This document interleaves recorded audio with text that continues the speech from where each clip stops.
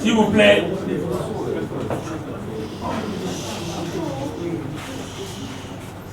Nous vous demandons de pouvoir éteindre vos téléphones ou tout simplement les mettre en mode bref ou silence. Dans quelques instants, nous allons commencer avec notre point de presse. Il y a un seul ordre du jour pour ce point de presse, à savoir la lecture ou l'analyse de nouvel élan sur le fichier électoral et la répartition des sièges au niveau de l'Assemblée nationale. Et nous allons avoir la prise de position de nouvel élan à ce sujet à travers la lecture de la lettre adressée au président de l'Assemblée nationale par le secrétaire général du parti, Maître Blanchard Mungumba. Et ça sera suivi de quelques indications de Premier ministre honoraire Adolphe Muzito. Voilà pour l'ordre du jour.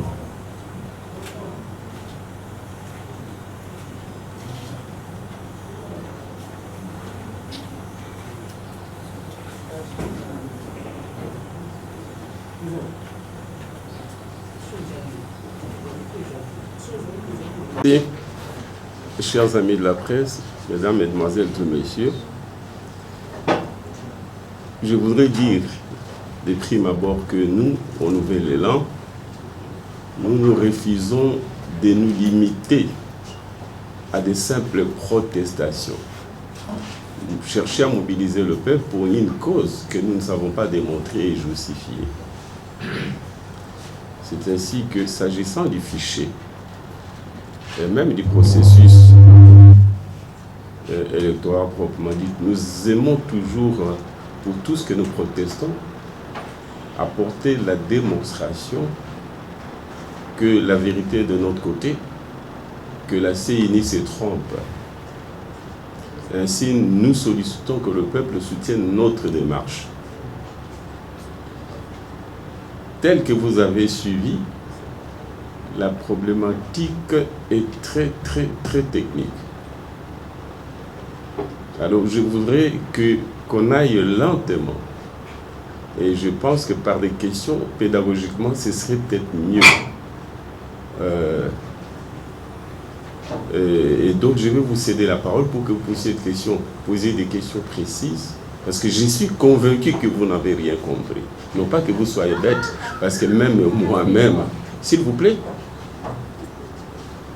vous voulez bien faire partie de la personne qui dérange derrière. Elle ne mérite pas d'être avec nous ici. Donc je voudrais réagir par rapport à des questions spécifiques qui viendraient de vous. Et nous allons dialoguer petit à petit. J'aimerais même que pour certains passages, tout le baron a l'ingala, parce que ceux qui viennent me comprendre, ou bien me comprendre à niveau na bino et que beaucoup traduire un grand nombre de débats où va concerner l'élection, nous aurons perdu notre temps. En résumé, je peux dire ceci. Pour Nabiso, pour nous, ces fichiers des Kadima, les 43 941 000, je vais donner l'ordre de grandeur, parce que ma chiffre sur la portée dans détail, c'est difficile pour vous à assimiler, et même pour ceux qui nous suivent, et de traiter. Alors, ces fichiers est corrompu, mais aussi il est provisoire, me semble-t-il. Nous le montrerons tout à l'heure, et que par conséquent, il ne mérite pas d'être la base à partir de laquelle, le 25 juin prochain, la CENI pourra convoquer l'électorat. Il est corrompu, provisoire, et parce que de ces fichiers découle, si vous voulez, une répartition tout aussi corrompue, une répartition des sièges tout aussi corrompue, et parce que reposant sur un quotient électoral qui est tout aussi faux. Parce que M. Kadi m'a dit que nous avons 43 941 sièges. et que dans ce total, il n'existe pas une partie de l'électorat de deux provinces, Mai-Ndombe et Nord Kivu. Et parce que dans les Nord Kivu, il y a des enrôlements qui n'ont pas eu lieu dans les territoires de Rutshuru et de Masisi. Dans les Mai-Ndombe non plus, il y a des enrôlements qui n'ont pas eu lieu, et précisément dans Kwamout. Voilà qu'ils considèrent que le fichier n'est pas complet parce qu'il y a 3 territoires dans 2 provinces qui n'ont pas fait l'objet d'enrôlement, mais qu'ils décident en même temps et contradictoirement à faire la division pour trouver le quotient électoral sur ces mêmes totals qui n'est que partiel, à savoir 43 941 électeurs. Ils divisent ça sur l'ensemble si vous voulez, des sièges, c'est-à-dire 500 sièges des députés nationaux. Ils divisent 43 941 000 sur 500 sièges des députés pour trouver un quotient qui est de 87 000. Je donne les chiffres. Quand nous appliquons ces quotients par circonscription électorale, nous constatons que les 2 provinces qui posent problème, à savoir Nord Kivu et Mai-Ndombe, bénéficient de la répartition en les appliquant, pour ce qui est de Mai-Ndombe, où il n'y a eu que 3 millions 20 000, etc., on applique le même quotient 87. Ça, c'est Nord Kivu et Kwamout, Mai-Ndombe, 980, et j'oublie les fractions, etc. Mais qu'est-ce qui se passe? Il se passe que pour ce qui est de Mai-Ndombe, au lieu de 12 sièges, c'est 11 sièges. Puisqu'il a décidé de donner à Mai-Ndombe le nombre de sièges qui lui revient au nom du principe de solidarité. On a dit, bon, compte tenu de vos performances antérieures, on va vous donner le nombre de sièges. C'est ainsi qu'on va voir que Mai-Ndombe, il y a accueilli 6 000 candidats, mais on leur a donné le nombre de sièges total, qui est de 11. Comment je puis dire, Nord Kivu, ils n'ont que 33 millions, etc., d'enrôlés, sur un total qui va au-delà de 4 millions. Et puisque Masisi et Rutshuru n'ont pas fait le don d'enrôlement, ils se sont retrouvés avec 3 millions. Quand vous appliquez les quotients électoraux de 87 000, donc ils se retrouvent avec 34 sièges. Or, lui, pour ces 2 provinces, il a décidé de leur donner les sièges en fonction de leur performance. Alors, au lieu de 34, qui revient au Nord Kivu, on lui a donné 47. Donc, il y a 13 en plus. Même chose pour Mai-Ndombe, on lui a donné un siège en plus alors qu'il n'a que 6 000 enrôlés. Vous savez pourquoi il n'a que 6 000 enrôlés? Vous savez aussi pourquoi le Nord Kivu a un nombre inférieur au nombre qui lui est dû en ce qui concerne l'enrôlement, parce que l'enrôlement l'a dit. Mais on a tenu au nom de la solidarité et du principe de ce que tout le monde doit participer aux élections pour leur donner des sièges pour lesquels ils n'ont pas d'enrôlés. Et en les faisant, ils voulaient les faire en prélevant chez les autres provinces. On va vous citer le nom tout à l'heure quand vous aurez posé une question. De sorte qu'on se retrouve devant une répartition des sièges qui est tronquée. Parce qu'on donne à des provinces pour lesquelles on n'a pas fait de enrôlement. On leur donne autant de sièges qu'ils en avaient réalisé en son temps quand l'enrôlement avait eu lieu. Et comme si l'enrôlement a eu lieu. Il s'agit de, comme je l'ai dit, Nord Kivu ainsi que les Mai-Ndombe. Maintenant, en même temps, ils ajoutent en disant qu'on leur a donné par solidarité en prenant chez les autres, dont les nombres de sièges ont été revus à la baisse, arbitrairement. En attendant, quand on va faire l'enrôlement, et on va à ce moment-là se retrouver devant, si on enrôle dans les Sud Kivu, plutôt dans les 2 territoires du Sud Kivu, on enrôle à Kwamout complémentairement, il y aura, on a estimé plus ou moins à 1 200 000, d'enrôlés qui vont s'ajouter au nombre de 43 millions. Donc, en d'autres termes, le nombre d'enrôlés ou d'électeurs va augmenter. Les quotients électoraux par conséquent, parce qu'on va toujours diviser par 500, les quotients électoraux vont augmenter. Et quand nous allons l'appliquer sur les anciennes, les provinces qui, à ces jours, ont vu leur quota diminuer, leur nombre de sièges diminuer, parce qu'imputé aux deux provinces qui n'ont pas fait l'objet d'enrôlement, eh bien, donc nous nous retrouverons devant un autre siège, plutôt un autre fichier. Nous nous retrouverons devant un autre quotient électoral et nous nous retrouverons devant une autre répartition des sièges.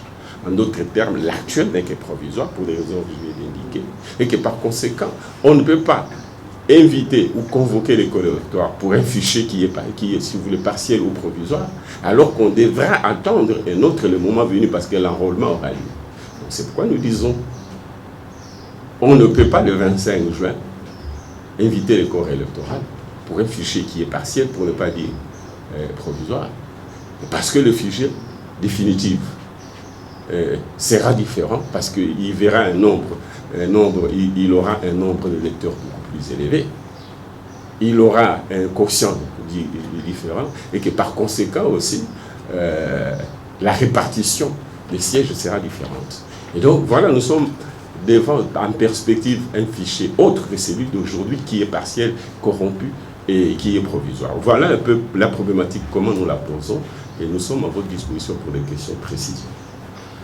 Voilà, vous avez donc compris que les... est nécessaire pour terminer le processus. Il y a deux problèmes ici.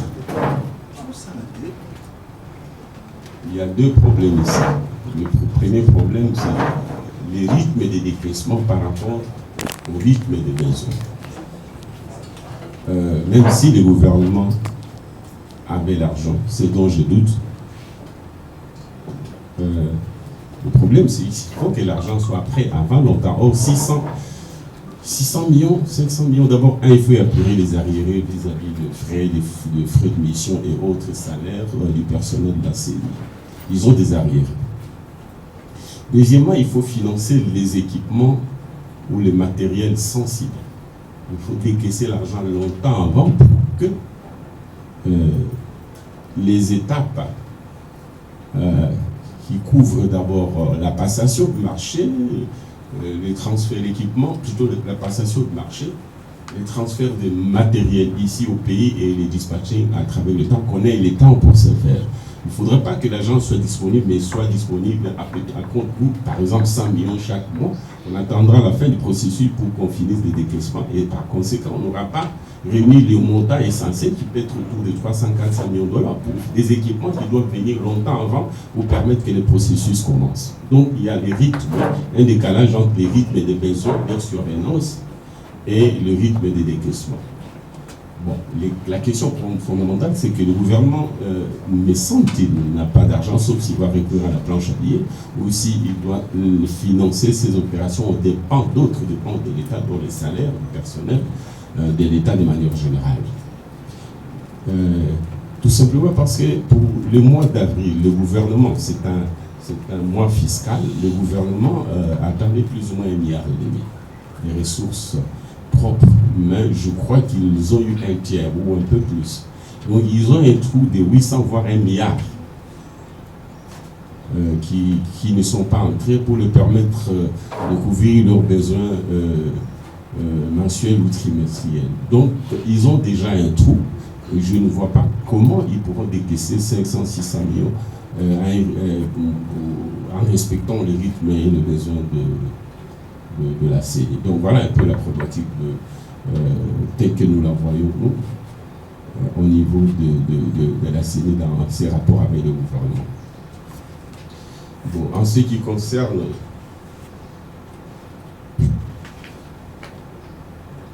les vrais chiffres, c'est quoi? Nous sommes devant une situation difficile. En principe, puisqu'on a prévu de donner 47 sièges pour le Nord Kivu, ce qui suppose qu'il faut enrôler, ou bien on peut dire que le 47, ça demande combien d'électeurs, par rapport aux performances antérieures, ces chiffres d'électeurs, on devait le mettre dans la base, dans le total des nombres d'enrôlés, au lieu de 43 944, j'arrondis. Les millions devaient s'ajouter, donc on devait être plus ou moins à 45 millions. Alors, divisé par les 500, on aurait un quotient qui serait autour de 90 000. Ce moment-là, on appliquerait ces quotients-là sur le nombre d'enrôlés par circonscription pour déterminer le nombre de sièges par circonscription. Et à ce moment-là, on ne serait pas dans l'obligation de réduire le nombre de sièges. Je peux continuer? On ne serait pas obligé de réduire le nombre de sièges pour certaines circonscriptions.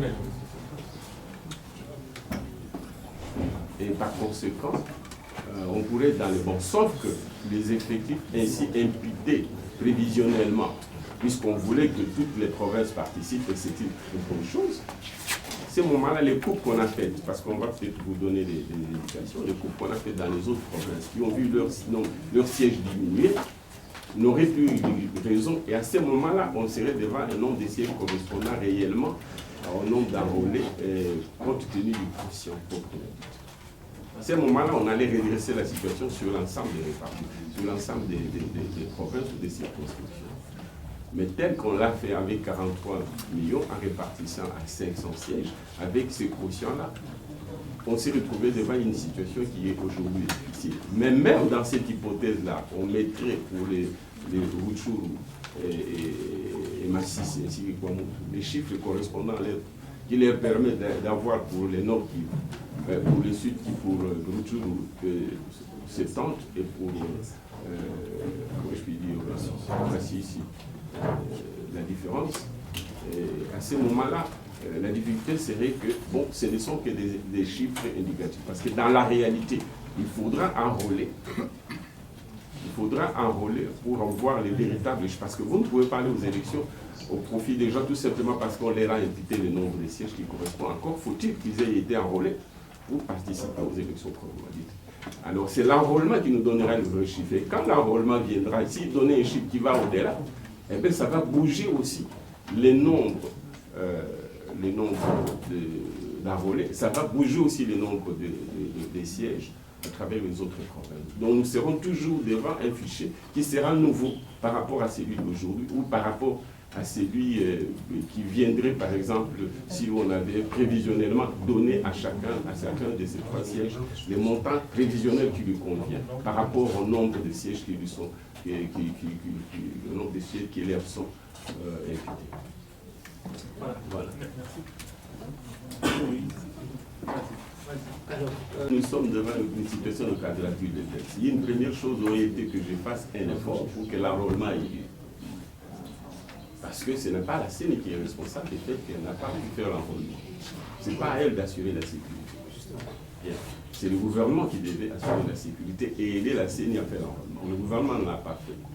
On peut dire que c'est une faute, on peut dire aussi que c'est une situation malheureuse. N'est-ce pas? C'est difficile de dire quels sont les... C'est un gouvernement dans un pays qui a sombré, qui n'a pas le contrôle de l'ensemble de son territoire. Ça, c'est une possibilité.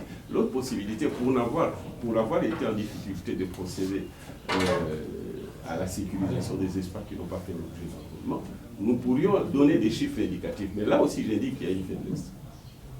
Alors, à ce moment-là, on serait obligé de, comment je puis dire, de faire une imputation prévisionnelle pour éviter que les 3 provinces dépendent du sacrifice, ou ce qu'on appelle la solidarité, au point que les autres provinces qui se sont sacrifiées pour lui donner les sièges, avec leur quota d'électeurs, ne fassent pas l'objet d'une injustice pour probabilité.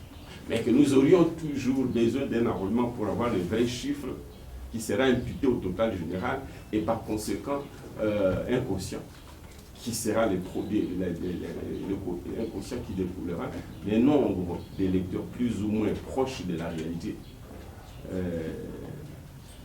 et les quotients donc de ces nombres-là sur 500 sièges et on pourrait avoir plus ou moins un nombre de sièges qui est plus proche de de la réalité. Mais là encore, c'est une difficulté parce que ces chiffres-là, puisqu'on l'aura mis prévisionnellement, ils risquent de ne pas correspondre à la réalité après enrôlement.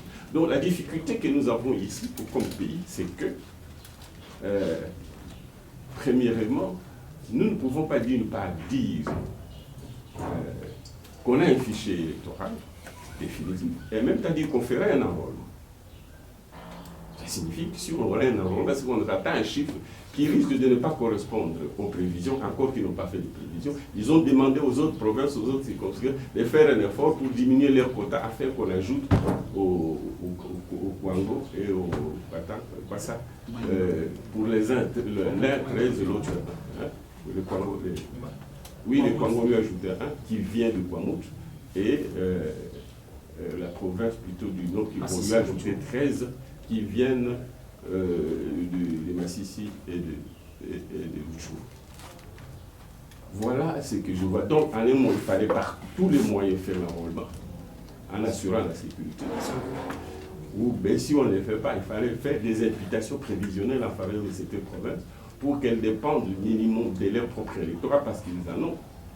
La difficulté, c'est celle de l'enrôlement, de manière à ce qu'elles ne bénéficient pas des imputations au détriment d'autres provinces. Nous allons citer les provinces qui ont vu leur quota revu à la baisse parce que un ou deux sièges devaient être imputés à ces deux provinces qui n'en ont pas besoin parce qu'elles ont leur population.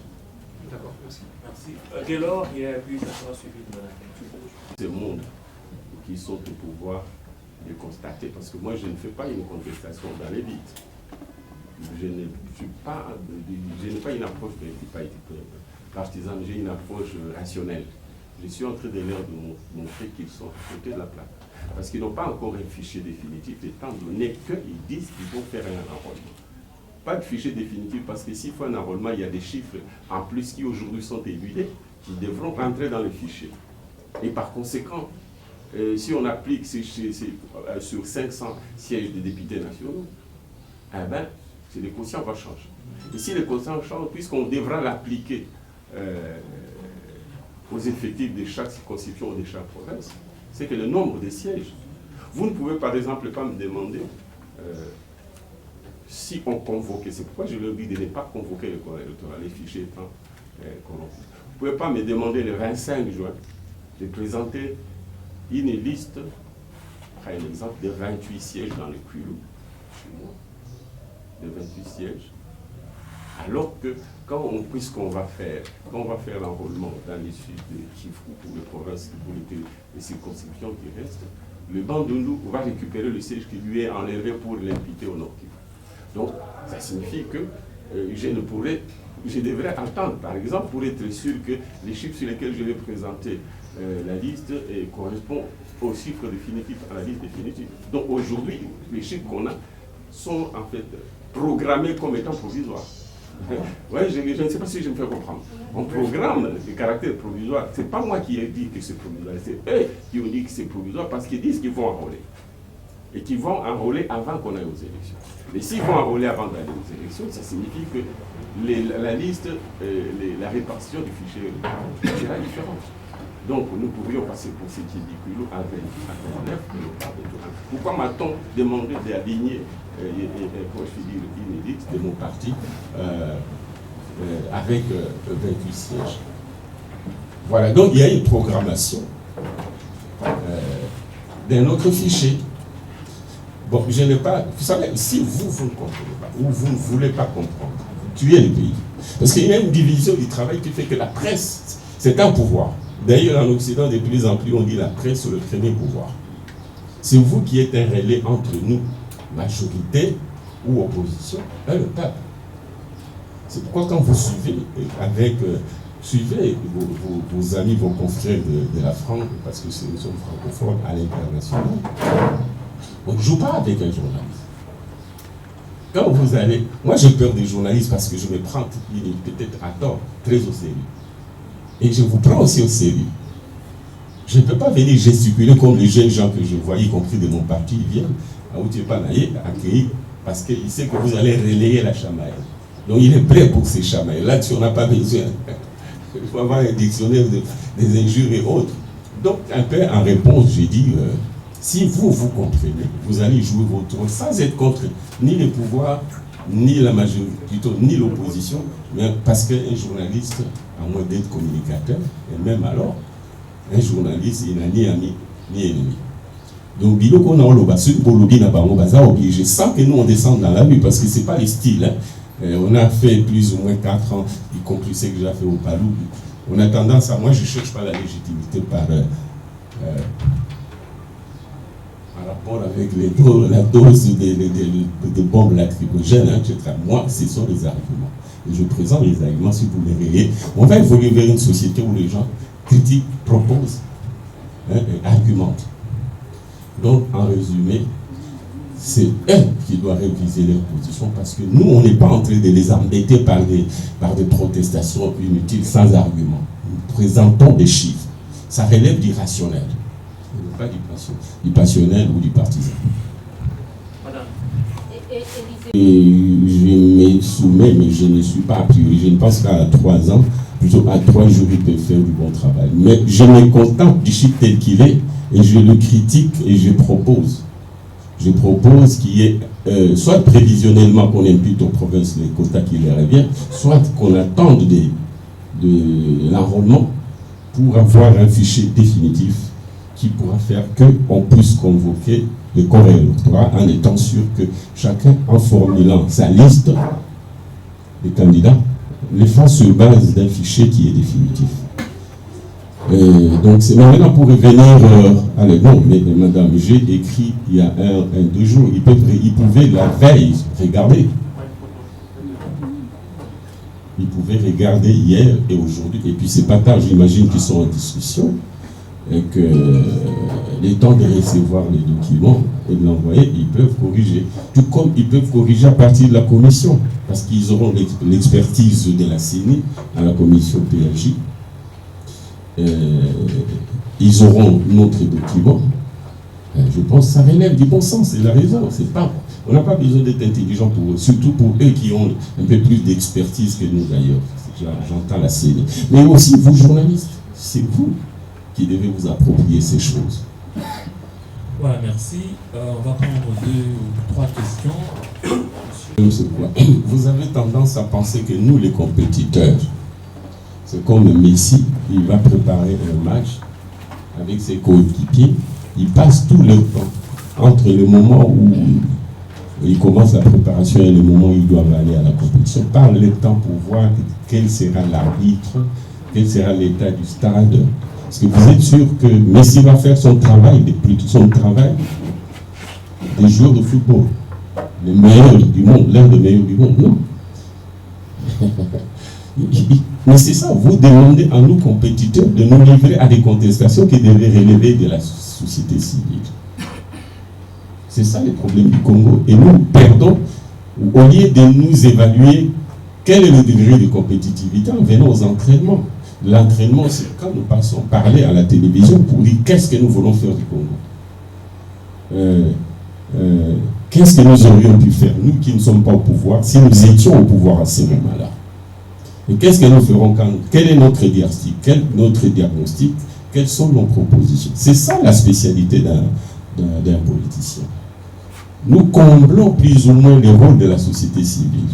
Vous allez voir en France, par exemple, quand les gens pensent que la vie est chère, la retraite n'est pas bonne, la pension de retraite est mal calculée, les gilets jaunes, ce ne sont pas les partis politiques, ce sont les acteurs de la société civile, les citoyens organisés en force sociale. Les politiciens peuvent soutenir, ils peuvent même influencer, mais ce sont... Parce que les élections, c'est le peuple. C'est le moment où le peuple a le pouvoir de décider qui il veut, quel projet il veut. À un moment, il sanctionne la mauvaise gestion, ou il sanctionne positivement la bonne gestion, ou il sanctionne l'opposition pour son mauvais projet. Et parmi les opposants, les anciens gestionnaires pour leur mauvais bilan. Mais malheureusement, nous passons tous ces temps-là pour nous chamailler, parce que le processus ne sera bon. Et vous nous encouragez, vous êtes, le roi vous insoumis, si vous voulez savoir, est-ce que je vais dire que la organisation est comme ça, vous êtes content, vous aimez le buzz. C'est à vous de relayer et de porter comme citoyen cette problématique de la fraude en perspective. Mais vous n'êtes pas là, vous êtes là. Comme en 60, hein, pardonnez-moi, moi j'ai des descendants, parce qu'il y a beaucoup de politiciens qui sont de la génération spontanée. Nos pères fondateurs ont passé le temps à dire aux Blancs de partir, alors que c'est eux devaient se préparer à dire qu'est-ce qu'ils vont faire une fois les Blancs partis, quel projet, quel programme, comment ils vont gérer la monnaie, les commerces, les provinces. Mais ils ont parti, c'est eux qui faisaient le boulot de faire partir les Blancs. Et quand les Blancs sont partis, ils avaient des têtes vides. Parce qu'ils venaient de la lutte. C'est ce qui se passe ici. Les opposants passent leur temps à brûler les pneus, à se faire gazer pour se trouver une légitimité populaire. Car, alors que la légitimité, il faut la trouver dans l'argumentation, la proposition, le bon diagnostic. Même si vous n'avez pas été dans la rue, on peut vous préférer pour votre programme et partant pour votre parcours et votre bilan. Il y a des gens qui ont été au pouvoir, mais qui tout de suite avant les élections, ils sortent, ils deviennent opposants, et vous êtes là pour les soutenir, pour dire qu'ils sont des opposants. Il n'y a pas de problème en opposition par rapport à quel programme, parce que vous venez d'être au pouvoir. Quel a été le programme qui a prévalu et comment vous l'avez assumé ou pas? Vous avez commencé à contester ces programmes quand? Et vous dites les élections, il y a de fraude en perspective, la CENI n'est pas impartiale, alors que vous avez élaboré la loi qui organise cette CENI et vous avez participé à la désignation, vous devenez plus que mon opposition. En réalité, s'il faut cibler, s'il faut avoir dans l'opposition des gens qui ont contribué à la vie chère, des gens qui ont contribué à la configuration actuelle de la CENI, si vous y mettez Kabila, Katumbi, Matata, il ne reste que Tshisekedi comme un de ceux avec qui ils ont fait ça. Il faut qu'ils soient aussi dans l'opposition. Parce que pour être opposant, il faut... on peut être opposant après avoir contribué à ce que vous voulez déconstruire. Alors ça, c'est vous la presse. Consciemment ou inconsciemment, vous travaillez. Voilà. Donc, la prochaine... Une avant-dernière question, et après, on va faire